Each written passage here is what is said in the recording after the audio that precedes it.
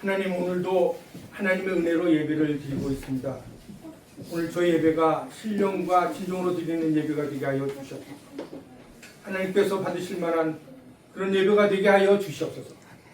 제 마음을 보시는 하나님, 저희들을 순정케 하셔서 하나님의 말씀을 듣고 늘 하나님과 하나가 될 수 있도록 은총을 베풀어 주시옵소서. 하나님 또한 바라옵기는 저희가 믿음을 가졌다 하나 능력이 없음을 고백합니다. 지혜가 필요합니다. 분별력이 필요합니다. 하나님의 나라와 영광을 위해서 쓰임받는 그러한 역할을 감당할 수 있는 실력이 필요합니다. 또 하나님이 교회에 맡겨주신 사명을 감당할 수 있는 비전도 필요합니다.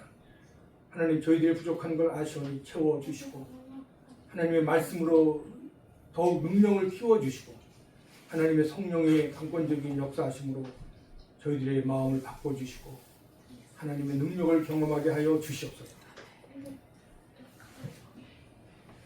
하나님께서는 교회를 복되게 하셨습니다. 하늘의 비밀을 선포하게 하시고 머리 대신 예수님을 힘입어 모든 교인들이 지체가 되어 하나님의 양식, 귀한 양식을 받게 하셨습니다. 하나님이 교회를 더욱 복되게 하사 하나님 나라를 위해서 쓰임받고 복음을 전파하며 하나님이 원하시는 사명을 감당하는 그러한 교회가 되도록 세워주시옵소서.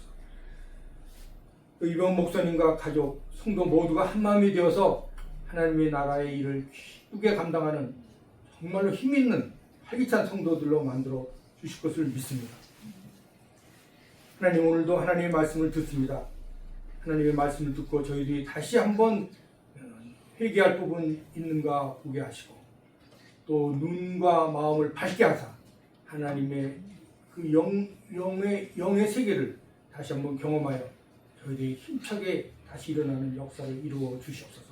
감사하며 예수님 이름으로 기도드립니다. 아멘. 오늘 예배에 참석한 여러분들 환영합니다. 우리가 지난번 제가 맡은 설교 중에는 6월절 어린 양이 되셔서 우리의 죄를 사하시고 구원하셨는데 그랬죠? 근데 그 이후에 그 우리의 죄를 사해 주신 그 상태, 우리가 구원받은 상태를 어떻게 유지하느냐, 즉 하나님이 원하시는 구원의 완성, 구원의 상태를 어떻게 유지해 가느냐 하는 것에 대해서 오늘 좀 살펴보려고 합니다. 그래서 이제 그 빌립보서의 말씀, 오늘 말씀을 가지고 이제 그 부분을 좀 살펴보려고 합니다. 오늘 빌립보서 2장 5절에서 12절 말씀은 빌립보서의 일부분이지만 그 중에 이제 중요한 두 가지 메시지가 있습니다. 5절에 보면은 예수 그리스도의 마음을 품으라 하는 것입니다. 즉 예수 그리스도의 마음은 하나님과 동등됨을 취하지 않고 겸손하고 순종하신 마음이죠. 겸손하여 순종하신, 죽기까지 십자가에서 돌아가실 때까지 순종하신 말씀이라는 거예요. 순종하신 마음이라는 거예요. 즉 예수님은 우리와 달리 처음부터 끝까지 일편단심이었어요. 우리는 우리 중에 경험하지만 또 자신에게도 경험하지만 은혜를 받고 또 복이 넘치고 또 잘 나갈 때는 잘 하다가 또 어느 순간 악한 영이나 교만에 빠져서 넘어지고 또 다시 돌아오고 이런 이제 업다운이 있는데 우리 예수님은 처음부터 끝까지 일편단심, 겸손하고 그리고 순종하셔서 그리고 하나님의 영광을 위해서 쓰임 받으셨다는 거죠. 그 예수님은 겸손하고 순종하신 목적이 있어요. 그 순종과 겸손의 목적은 하나님 아버지를 믿고 의지하는, 자기를 보내신 하나님을 믿고 의지하는 그 관계뿐만 아니라, 즉 하나님과의 관계뿐만 아니라 그리고 예수님의 순종과 겸손함으로 통하여 이루고자 하시는 목적이 있었던 거예요. 즉 그 예수님의 순종과 겸손, 십자가에서 돌아가신 것을 보여주시면서 그것을 믿는, 즉 예수님의 삶과 말씀과 그 하나님께서 보내신 뜻을 믿는 자들에게 구원을 이루시겠다는 목적이 있었던 거예요. 그렇죠? 그래서 그 예수님의 마음을 우리가 이해한다는 것은 하나님의 구원 계획에 참여하는 하늘의 비밀을 아는 것이고 이것이 구원의 길이라는 것을 아는 것이기 때문에 굉장히 중요한 요소가 되고, 그리고 이제 그 말씀 밑에 보면은 빌립보서 하단부에 보면은 12절에 보면 그러므로 내 사랑하는 사람들이요 여러분이 항상 순종했던 것처럼 내가 여러분과 함께 있을 때뿐만 아니라 내가 없을 때에도 두렵고 떨리는 마음으로 여러분의 구원을 이루라는 거예요. 이미 예수님을 통해서 말씀을 듣고 또 성령을 받고 회개했던 성도들은 이미 구원의 상태가 이루어진 거예요. 초기 단계지만. 그러나 여기서 바울 사도가 다시 두렵고 떨림으로 구원을 이루라는 것은 아까 초기에 소개했던 것처럼 구원의 완성을 위해서 나아가라. 그리고 구원의 상태를 유지하라 이런 뜻이에요. 그냥 구원을 우리가 받았다 하나 그 상태를 유지하지 못하고 항상 정전긍긍하고 불안하고 그리고 또 실패할까 믿음이 약한 자들이 많거든요. 그래서 우리가 구원을 받았다면 그 구원의 상태를 어떻게 유지할 것인가 그리고 하나님이 원하신 대로 구원의 완성을 어떻게 이룰 것인가 이런 부분에 대해서 관심을 가지고 하나님의 말씀을 드려야 합니다. 최근에 이제 그 구원받은 자들이 어떻게 사는가 이런 거에 대해서 이제 연구하고 조사하다가 보니까 이제 그 감옥 수장으로 계시다가 그 이제 간증 사역 하시는 이제 장로님이 뭐라고 얘기하시냐면 구원받은 자들은 교회를 사랑하기 때문에 교회를 그렇게 오고 싶어 한다는 거예요. 교회 와서 말씀 듣고 성도들 만나는 걸 그렇게 기쁨으로 여긴다는 거예요. 맞죠?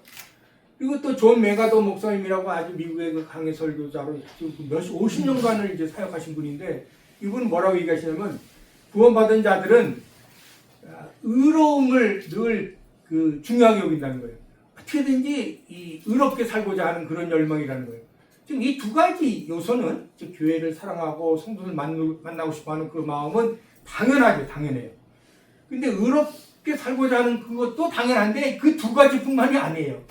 즉 구원받은 자들에게는 여러 가지 요소가 있는데 그 구원받은 자들이 즉 구원의 상태를 유지하고 또 어떻게 구원의 완성을 향해 나가는가 이런 부분에 대해서는 끊임없이 우리가 이제 말씀을 통해서 배우고 또 깨달아야 할 부분인데 오늘 이제 바울 사도의 말씀을 통해서 그 부분에 대해서 조금 더 지경을 넓혀보려고 합니다. 여러분 빌립보가 어디죠? 지명을 말하는 거 아니에요. 지금 이 빌립보서 이제 1장에 보면은 이제 바울 사도와 디모데가 이제 빌립보에 있는 성도들, 장로, 즉 감독과 집사님들에게 편지를 쓴다는 거예요. 그러니까 빌립보 장소를 지금 얘기하고 있는데 빌립보가 어디죠? 한번 보겠습니다. 한번 가보겠습니다. 사진을 한번 올려주세요.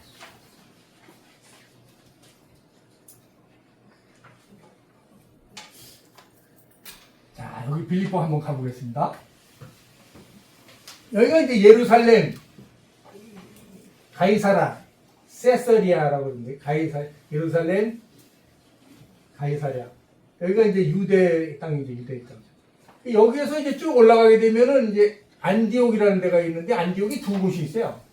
안디옥이 이제 여기가 이제 선교 본부였고, 이제 그 사도행전에 보면은 그리고 이제 조금 더 올라가면은 길리기아. 여기는 뭐 이렇게 써 있지만 길리기아라고 부릅니다. 다소가 있고 더베, 루스드라, 이고니아, 그리고 무시아, 그리고 이제 비도니아 이렇게 돼 있어요. 지중해 지역 중심으로. 이 바울은 여기를 중심으로 이곳을 중심으로 여기가 아시아예요, 아시아. 그 당시. 지금도 이제 여기가 이제 그 보스포로 해협인데 이쪽은 이제 이 다리가 놓여 있어요. 그래서 이게 보스포로 해협이라고 그러는데 여기가 이제 터키. 지금은 이 터키가 여기까지 좀 이제 발전해서 전쟁 중에 여기는 이제 마케도니아. 옛날에는 그리스, 마케도니아, 그리스 이렇게 돼 있죠. 여기 이제 나오네. 아데네, 그 다음에 겐그리아, 그 다음에 고린도. 그리고 이제 이 드로아에서 환상을 보는 거예요. 사도행전에 보면, 사도행전 16개 보면 환상을 보고 이제 빌립보에 와서 도우라. 여기가 빌립보 와서 도우라 그랬더니 이게 하나님의 음성인 줄 알고 이 빌립보에 가서 이제 거기서 이제 그 전도의 역사가 일어나가지고 거기서 이제 루디아를 만나고 루디아가 이제 세례를 받고 그 가정이 다 믿음을 고백해서 그 가정에서 교회가 세워져요. 이게 빌립보에서 일어나는 일이에요. 그리고 이제 여기서 끝나는 게 아니라 데살로니가 그리고 베레아 그리고 아데네 그리고 고린도까지 이게 복음이 전파되는 거예요. 그러니까 하나님의 말씀을 알고 그리고 하나님의 말씀을 귀하게 여기는 자들은 하나님의 음성을 듣는 그런 사람이 있었구나, 바울처럼. 그리고 이 하나님의 음성을 듣는 자를 통해서 하나님의 역사가 실제로 일어났구나. 전도가 일어났구나. 그리고 유럽의 역사가 바뀌고 세계 역사가 바뀌고 그렇게 운명이 바뀔 수 있는구나. 이런 것들을 이제 발견하고 놀라는 거죠. 그래서 이 하나님의 역사, 성령의 역사, 이 말씀의 역사를 우리가 참여하고 듣는 것은 이것은 성경에 일어난 바울뿐만 아니라 우리의 삶에서도 기적과 치유와 그리고 예기치 않는 그런 부르심, 역사가 일어난다는 것을 기대하고 살 수 있는 소망이 된다는 거예요. 그러니까 이 믿음은 구원과 소망, 은혜, 축복, 엄청난 이 장래의 역사를 기대하는 놀라운 그 선물이죠. 하나님의 선물이죠. 그러니까 이런 일들이 일어났어요. 근데 이것이 사도시대 예수님이 돌아가신 후에 사도들이 사도행전을 일으킨 이후에 끝나는 것이 아니라 이후에 이제 영국으로 가고 스페인으로 가고 이것도 달리 건너서 이제 아메리카로 가고 이게 돌아서 우리까지 온 거 아니에요. 이게 복음이. 그러니까 이 복음의 진리가 우리는 이제 세상은 지금 뭐 전쟁과 기아, 정치, 뭐 대통령 선거로 복잡한데 하나님의 핵심은 뭐냐면 믿는 자들에게 이 세상을 맡겨서 이 믿는 자들을 통해서 하나님 나라가 이루어지는 걸 보고 싶어 하신 거 아니에요, 하나님이. 하나님의 나라는 하나님의 통치를 받는 자들, 예수님을 주님으로 여기는 자들의 그런 나라가 보고 싶어 하신 거 아니에요. 근데 이것이 지금 세상에는 지금 갈라져 있단 말이에요. 근데 그나마 아니라 그렇게 중에도 역사가 일어나서 교회가 있고 선교가 일어나고 선교사님들이 일하고 있잖아요, 지금. 이 교회가 하나님의 나라가 돼야 된다는 게 얼마나 중요한지 몰라요. 그러니까 여러분들이 예수님 말씀을 사랑할 뿐만 아니라 하나님의 역사와 말씀의 역사, 성령의 역사를 경험한다는 건 굉장히 중요한 것입니다. 자, 이것에 대해서는 이제 또 언제가 기회가 되면 또 소개하겠지만 오늘 좀 빌립보 한번 또 가보겠습니다. 여기는 지도로 맞고 실제 현장을 한번 가보겠습니다. 자.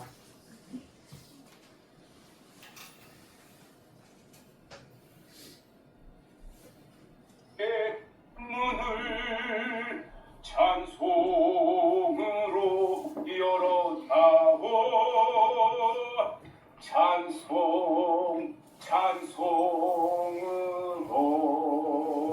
찬송으로 아직도 이 특정하게 되면은 이 공명 시스템이 마이크 시스템 없이도 이 정말 많은 군중들에게 전달할 수 있다는 것이죠. 제가 30년 전서부터 매 1, 2년, 2, 3년마다 이 빌립보를 오는데 예전에는 이게 없었어요.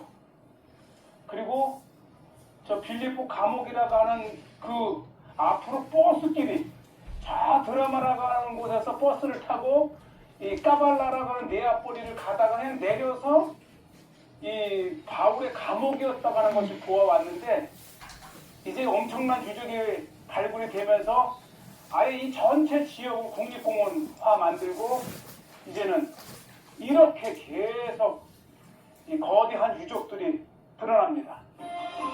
그렇죠. 벌써 25년 전만 해도 다 이곳이 올리브밭이었는데 지금은 점점 더 이 바울 시대 때의 빌립보가 드러나고 있습니다. 빌립보가 발굴이 되면서 가장 두드러지게 드러난 것이 교회입니다. 그래서 이 들어오자마자 바실리카 A 정말 견고하고 아름답게 지어진 교회가 이렇게 있어요. 이것을 바실리카 A. 그 다음에 저쪽에 지금 유네스코로 지정이 되면서 좀 대대적인 수리를 하면서 이제는 접근을 잠시 막았는데 바실리카 B. 그리고 무엇보다도 곧 가서 자세하게 보게 될 이 옥타곤이라고 하는 팔각형의 사도 바울 기념 교회가 이렇게 있습니다. 그리고 바실리카 바로 앞쪽에는 이 아고라가 있었고요. 그 아고라 옆에는 사도 바울이 갇혔다고 하는 감옥이 있고요. 그러니까 이 빌립보 평원 전체를 보는 이곳에 이제 이렇게 아크로폴리스 언덕이 있고 이 동쪽에 우리가 조금 전에 보았던 극장이 있고 아마 계속해서 빌립보의 유적들이 발굴이 되면서 아마 2, 3년 만에 한 번씩은 와야 될 정도로 이 사도 바울의 마게도냐의 첫성 빌립보는 계속해서 이제 드러나고 있습니다. 예, 2000년 복음을 전했던 빌립보 그리고 사도 바울 흔적들입니다. 여전히 몇 개의 기둥이 세워져 있는데 기둥 위에 고린도식의 아주 아름답고 우아한 기둥이 있고 특히 두 번째 기둥에는 이렇게 이 기둥의 십자가가 부조로 조각이 되어 있습니다. 또 이 군데군데에는 나딘구는 건물의 조각에서 아주 은혜로운 십자가 이런 것들이 있습니다. 바로 빌립보 교회의 첫 번째 교회로 이름 붙인 곳입니다.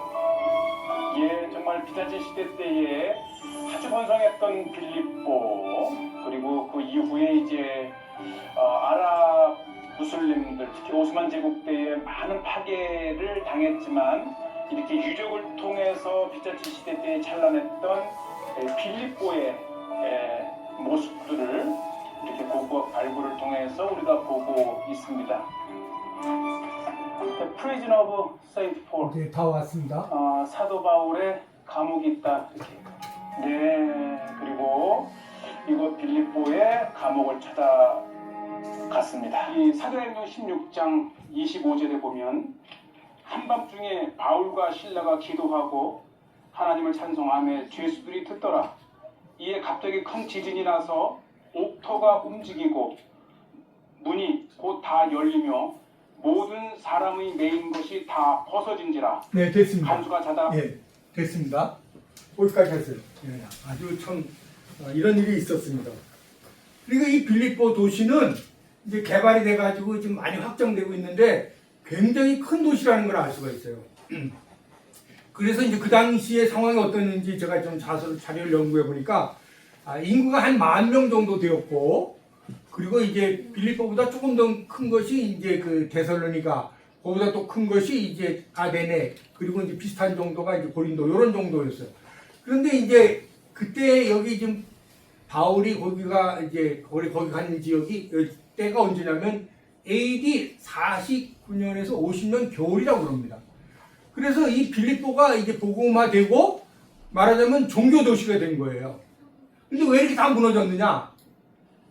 그리고 바울 감옥이 어떻게 벗겨질 수 있었느냐, 이렇게 나올 수 있었느냐, 이제 이런 것들을 볼 때 지진이 많았던 곳이에요. 지진이 아주 많아가지고 감옥이 무너지면서 이제 그 쇠사슬이 풀리고 그리고 이제 벗어나고, 그리고 이제 가보니까 이 사방에 이 놓여진 그 이제 전 기둥들 그런 것들이 많이 남아 있어요. 근데 규모가 뭐 엄청 넓어진 거 보니까 그 당시에 이제 여기가 이제 말하자면 유럽의 이 관문 마게도니아 첫성 제일 중요한 이제 도시인 거죠. 마게도니아 첫성이라고 그랬으니까 빌립보가. 그러니까 이 하나님이 그 드로아에서 주신 환상이, 바울에게 주신 환상이 실제로 이루어지고 그리고 구원의 역사가 이제 일어난 것을 알 수가 있는데, 우리가 이제 구체적인 것들을 좀 보기 위해서 사도행전 16장 한번 가보겠습니다.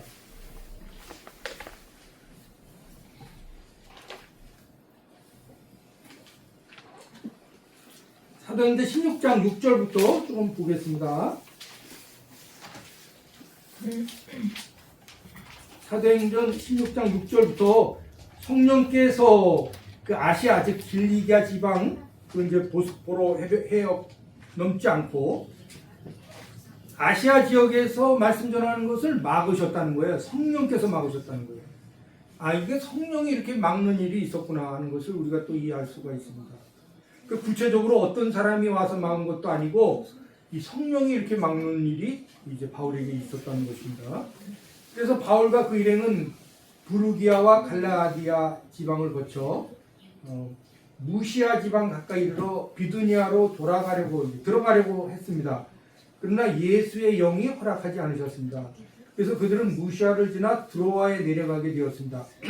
드로아에서 한밤중에 바울은 마게도니아 사람이 서서 마게도니아로 와서 우리를 도와주십시오라고 간청하는 환상을 보았습니다. 바울이 이 환상을 본 후에 우리는 그들에게 복음을 전파하기 위해 하나님께서 부르셨다고 확신하고 즉시 마게도니아로 떠날 준비를 했습니다. 그리고 이제 떠나게 된 겁니다. 그리고 12절로 가면 그것에서 우리는 로마의 식민지, 이 로마의 식민지라는 거예요, 이거. 그러니까 마게도니아 초청이면서 로마의 식민지고 로마의 직할시였어요. 그래서 마게도니아에 사는 사람들은 로마 신분을 가지고 있었어요. 그래가지고 이제 그때 이제 그 마게도니아에 있는 로마 군병들과 이제 바울 사도가 이제 논쟁하는 것도 이제 알게 되고, 거기서 이제 이 빌립보가 얼마나 역사적으로 중요한 사실이라는 걸 이제 계속 이제 나중에 또 보여주는데, 그 빌립보 안에서 일어났던 이제 구원의 역사를 보겠습니다. 그래서 11절, 우리는 드로아에서 바다로 나와 배를 타고 사모드라게로 곧장 갔다가 이튿날 네아폴리는 네오폴리스라고 하는 이제 신도시라는 이름인데, 그게 이제 필리포 앞에 있어요. 그 그리스 말로는 필리피, 영어로는 필리파이라고 부르더라고요. 그러니까 필리포는 이제 우리식으로 만들어진 지명이죠. 그 안식일에 이제 유대교이니까 유대교가 있는 줄 알고 꼭 기도할 곳을 찾을 수 있을까? 13절입니다. 기대감으로 성문 밖 강가로 나갔습니다. 성문 밖 강가로 나갔다는 거예요. 우리는 그곳에 앉아서 거기 모였던 여인들에게 말씀을 전했습니다. 이것도 성령의 역사죠.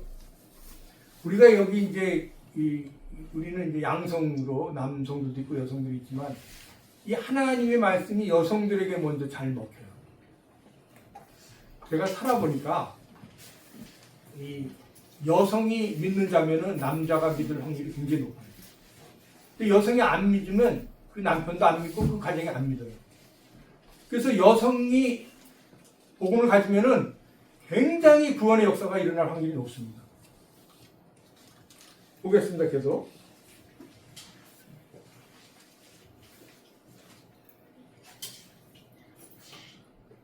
여기서 보면은 이제 14절, 말씀을 듣던 사람들 가운데 루디아라는 여인이 있었습니다. 그 여인은 루아디라 도시에서 온 자주색 옷감 장스러워서 하나님을 경외하는 사람이었습니다. 주께서 그 마음을 열어 바울의 말에 귀 기울이게 하셨습니다. 그 여인들에게 말씀을 전했는데, 말씀을 전할 때 하나님이 그 마음을 열어주셨다는 거예요. 근데 15절에 보면은 루디아는 그 집안 식구들과 함께 세례를 받고, 그래서 최초의 세례터가 유럽의 최초의 세례터가 그 빌립보에 있는 거예요. 그러니까 이거 하나님의 역사가 놀랍게 일어나고 있는 거죠. 그리고 뭐라고 얘기합니까? 15절, 세례를 받고 저를 참된 신자로 여기신다면 제 집에 오셔서 머물러 주십시오 하고 간청하면서 우리를 자기 집으로 데리고 갔다는 거예요. 그러니까 빌립보에 이제 최초의 그 신자가 생기고, 그리고 그 집에 교회가 생기는 거예요. 교회가.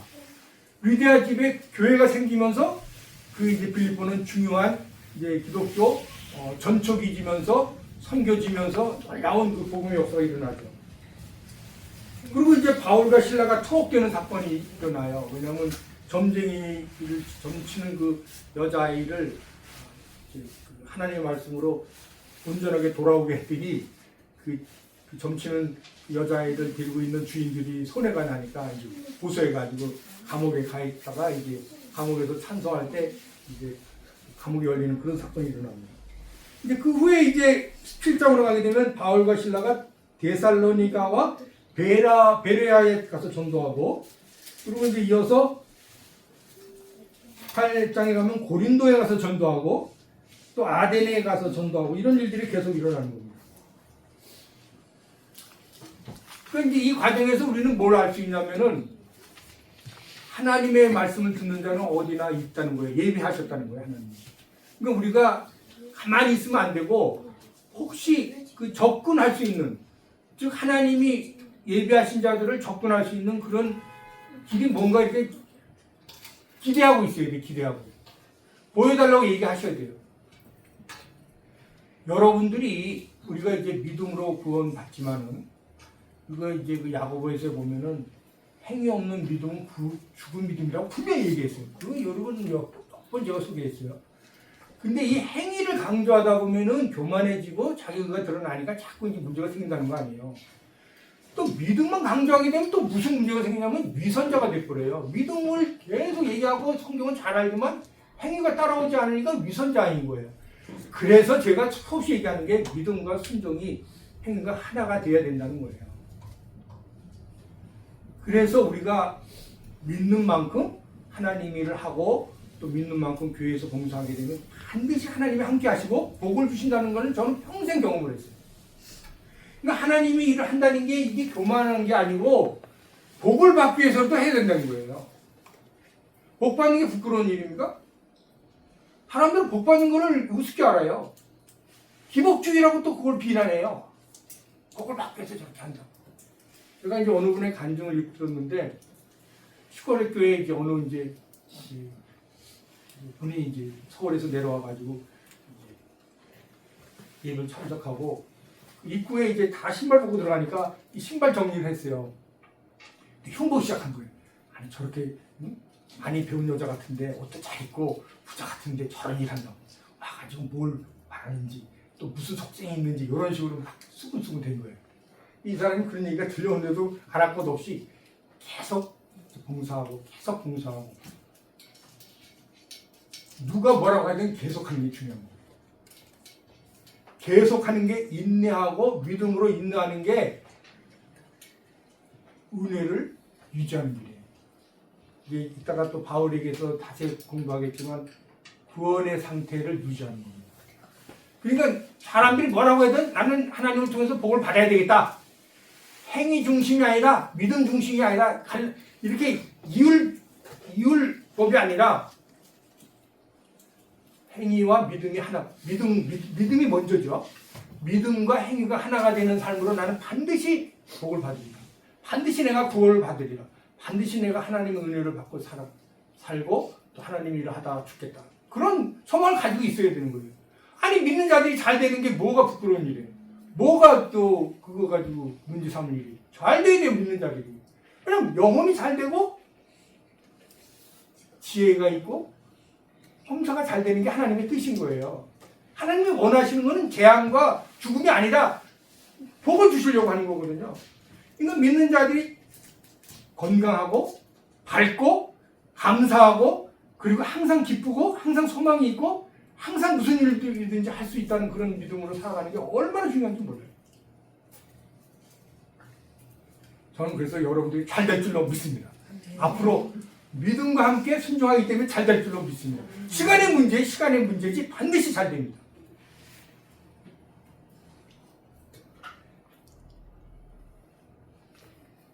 이후에 이제 사도행전에서 보면은 엄청난 일들이 일어나요.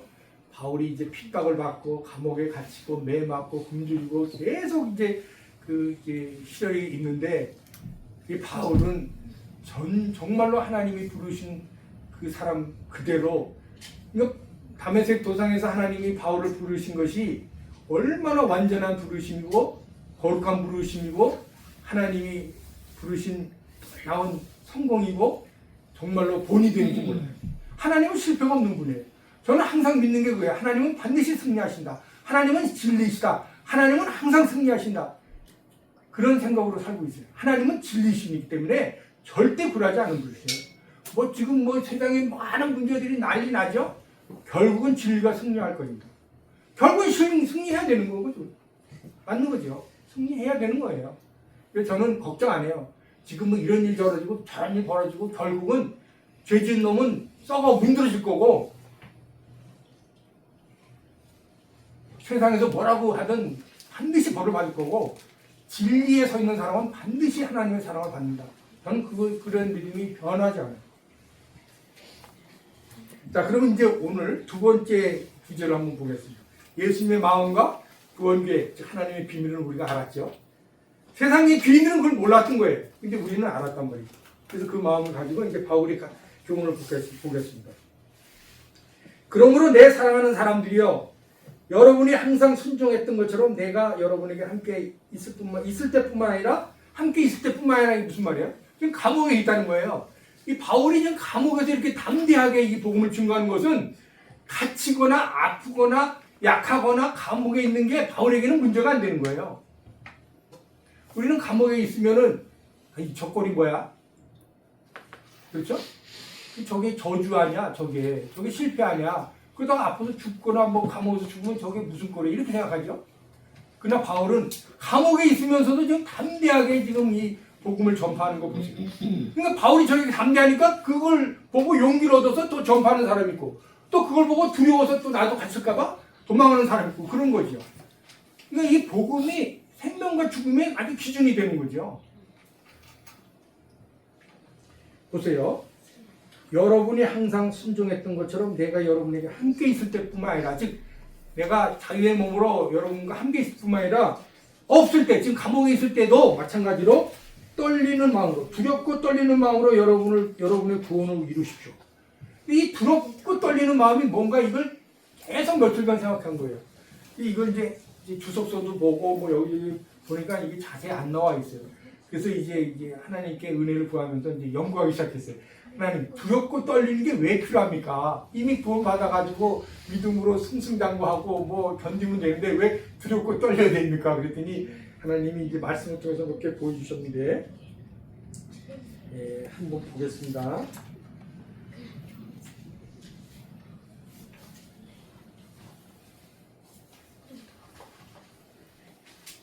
이 바울에게는 이 세 종류의 적이 있었어요. 여러분도 잘 아시는 거예요. 첫째는 바울이 전하는 이 기독교의 진리, 즉 하나님을 아는 지식을 방해하고 공격하는 세력이 있죠. 그렇죠? 복음을 반대하고 공격하는 세력이 있었어요. 그 중에는 이제 유대인 중에서 장로, 대제사장, 서기관 뭐 이런 사람들이 공격을 했어요. 그리고 두 번째 공격, 그 안에 공격하는 사람 중에 또 로마 군병과 로마 총독, 로마 또 정권이 있었어요. 그래서 바울이 전하는 그 진리를 거역하는 그 거대한 세력이 있었던 거예요. 그러니까 그들에게 잡히거나 그들이 공격하게 되면 핍박을 받으니까 두렵고 떨릴 수가 있는 거예요. 두렵고 떨릴 수가 있는 거예요. 두 번째는 이 바울의 외모를 공격하는 사람이 있었어요. 여러분들 그걸 별로 생각을 안 해봤을 거예요. 이 바울 사도의 편지에 보게 되면 외모를 보지 마라, 너희는 외모를 보는구나, 외모를 보지 마라, 이런 말이 여러 번 나와요.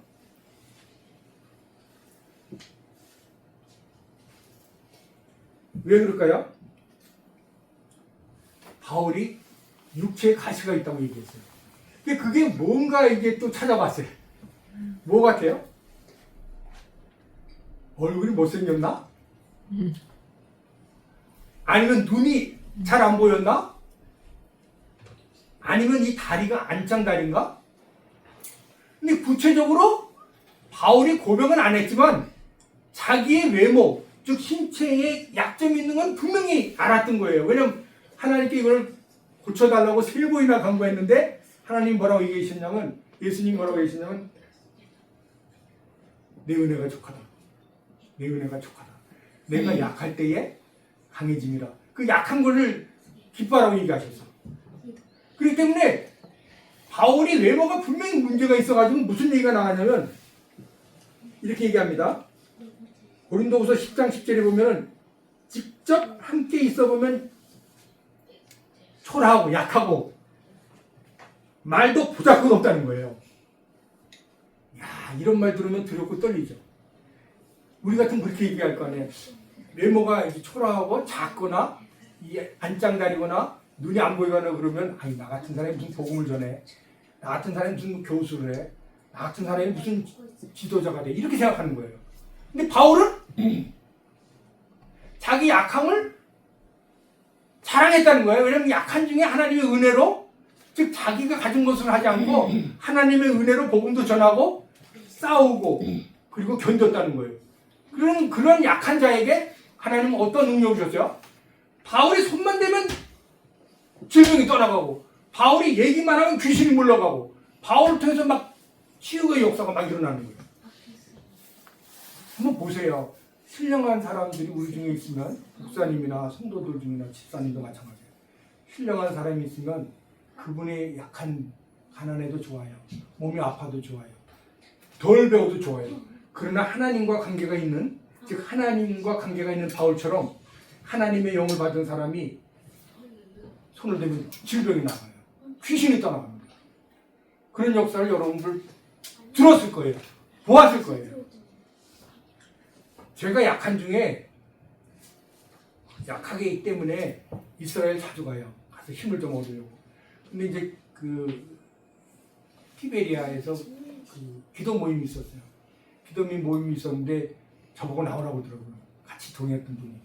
여기 한 여인이 있는데 러시아계 유대인인데 이 몸이 지금 붓고 혈관에 문제가 있다는 거예요. 그래가지고 기도 좀 해달라고 그러는 거예요. 그 사제 얘기를 해. 이분 무슨 병이 있다고. 저는 믿는 것이 그 당시 뭐 약했지만 하나님의 은혜를 구하고 가서 이제 참여하고 이제 거기 이제 그 선교지를 보러 갔는데 그렇게 이제 기도 모임 있다고 그래서 오라고 그래가지고 초청해가지고 저보고 기도하라고 그러는 거예요. 이제 믿음으로 기도를 했어요.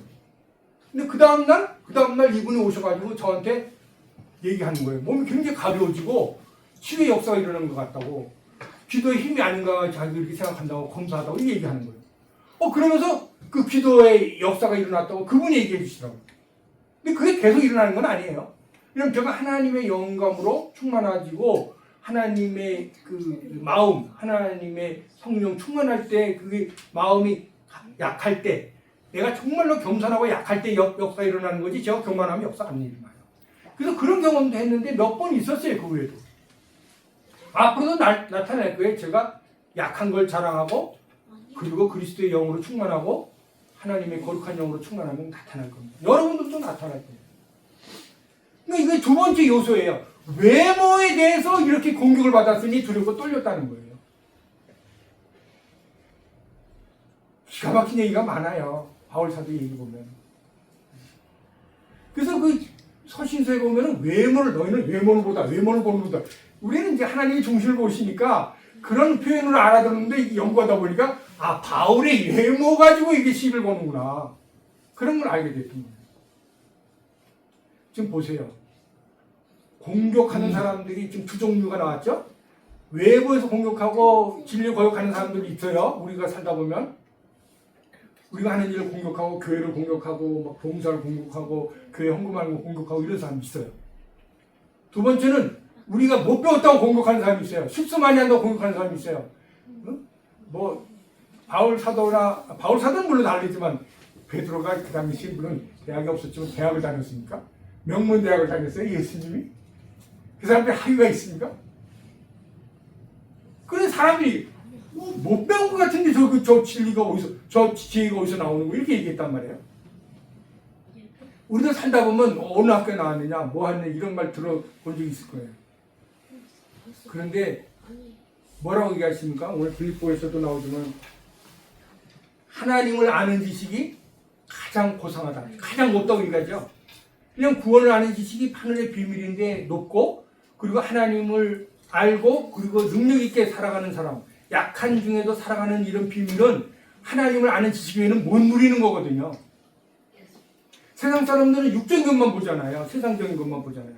근데 하나님을 아는 사람은 영적인 것을 본단 말이에요. 하나님의 나라를 본단 말이에요. 하나님의 뜻을 본단 말이에요. 그렇기 때문에 세상 사람이 당하지 못하는 거예요. 진정 행복한 사람이 하나님을 아는 사람이죠. 진정 행복한 사람이 교회를 사랑하는 사람이죠. 진정 행복한 사람이 하나님의 말씀을 전하는 사람입니다. 진정 행복한 사람이 하나님과 교제하는 사람입니다. 그걸 아는 사람인데 세상 사람들이 말하는 기준에 볼 때는 뭐 차가 있어? 대학을 뭐 명문 나왔어? 뭐 세상적인 것만 가지고 얘기하죠. 그 사람이 행복합니까? 서로 싸우고 찢고 교만하다가 또 무슨 사고 당하는 거 우리 세상에 너무 많이 봐요.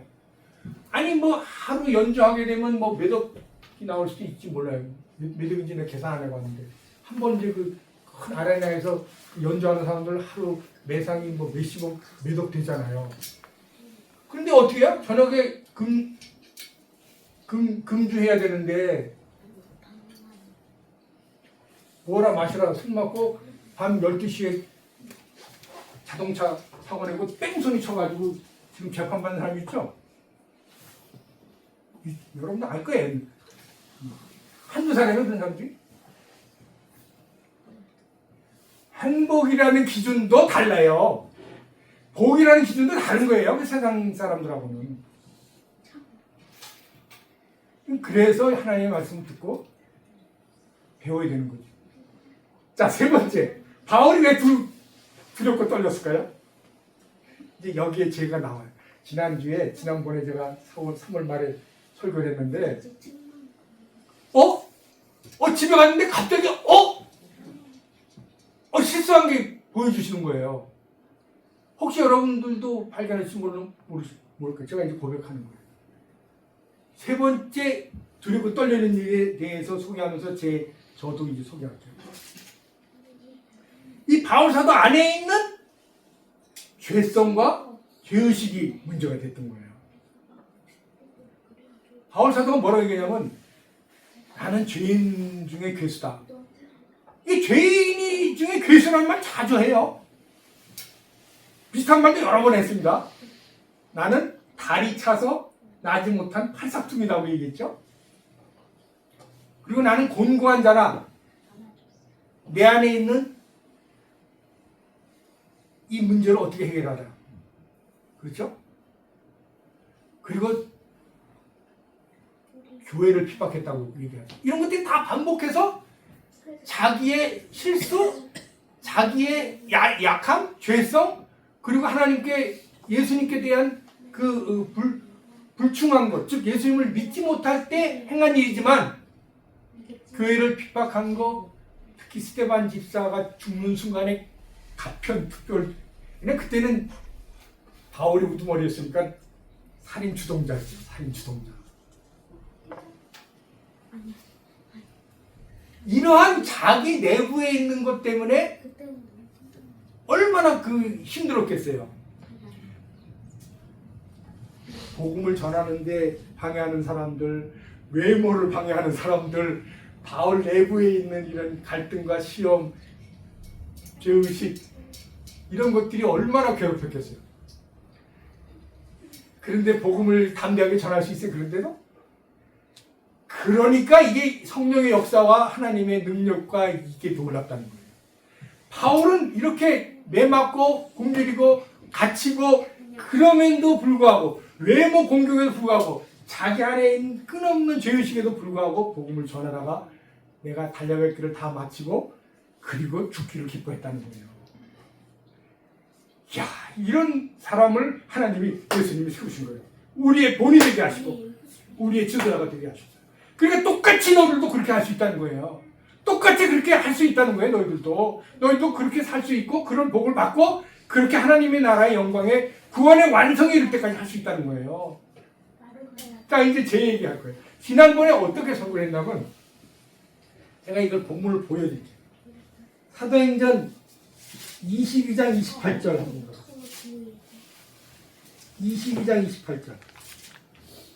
여러분들이 착해가지고 문제를 안 삼고 저를 보호해 주셨는데 22장 28절 우리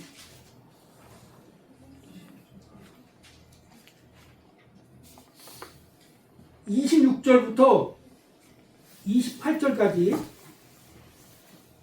우리 최영주 권사님 읽어주세요. 백부장은 이 말을 듣고 천부장에게 가서 그대로 보고하며 물었습니다. 어떻게 하시렵니까? 이 사람이 로마 시민이랍니다. 천부장이 바울에게 와서 물었습니다.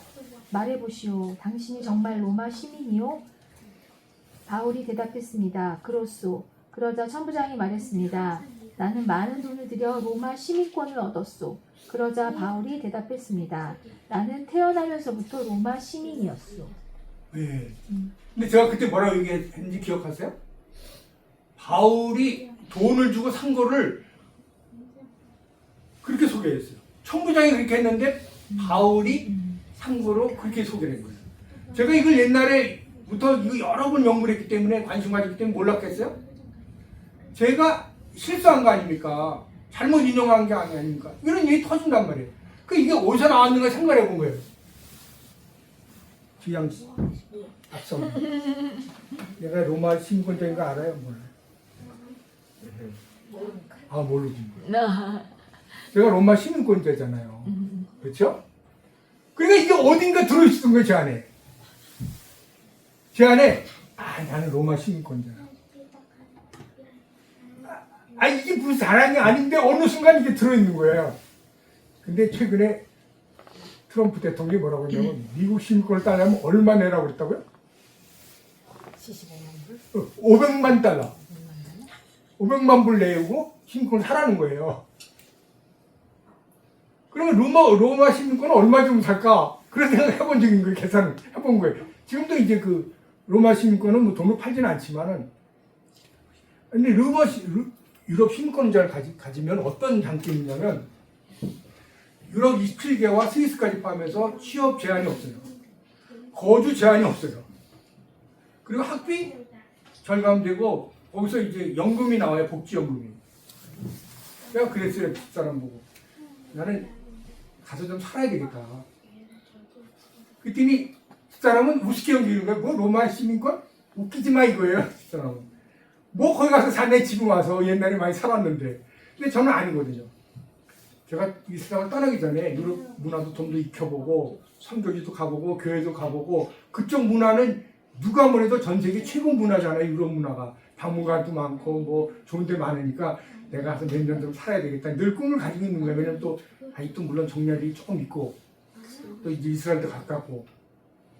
그러니까 이 로마 시민권에 대한 자부심이 어느 순간 좀 있었던 거예요. 근데 그게 뭐 떳떳하게 땄지만은 그때 이제 인용할 때 이게 이제 뭐 착각을 일으킨 거예요. 이게. 뭔가가 이제 교만하거나 또는 자기의 실수라든가 이런 것들을 이제 해명하려고 그걸 인용할 때 착각을 일으킨 거죠. 그래서 제가 이게 내 약한 거구나. 이거를 통해서 내 잘못을 실수를 통해서 나를 겸손하게 하시려고 하는 거구나. 그래서 실수하는 거를 저는 바울처럼 자랑은 못해도 겸손하게 하는 데는 아주 특별하게라고 이렇게 생각해요. 여러분 어떻게 생각해요? 실수가 우리를 겸손하게 한다 그 말이에요. 제가 그래서 여러분들에게 뭔 욕을 못하는 거예요. 해서도 안 되고. 제가 그 생일이 이제 있잖아요. 몇 년 동안 생일을 안 챙겼어요. 왜냐면 예수님이 나귀를 타고 오시는 모습이 너무나 귀하게 보이고 저 모습이 진짜 믿는 자의 도리다. 권리는 하는 건 아예 요구도 하지 말라. 내 자랑이라는 건 하지도 말라. 권리? 무슨 권리가 있어? 살려주시고 먹여주시고 이제까지 교육시켜주시고 교회 섬기게 하시고 여기까지 살려주셨는데 무슨 권리를 얘기하느냐 너가.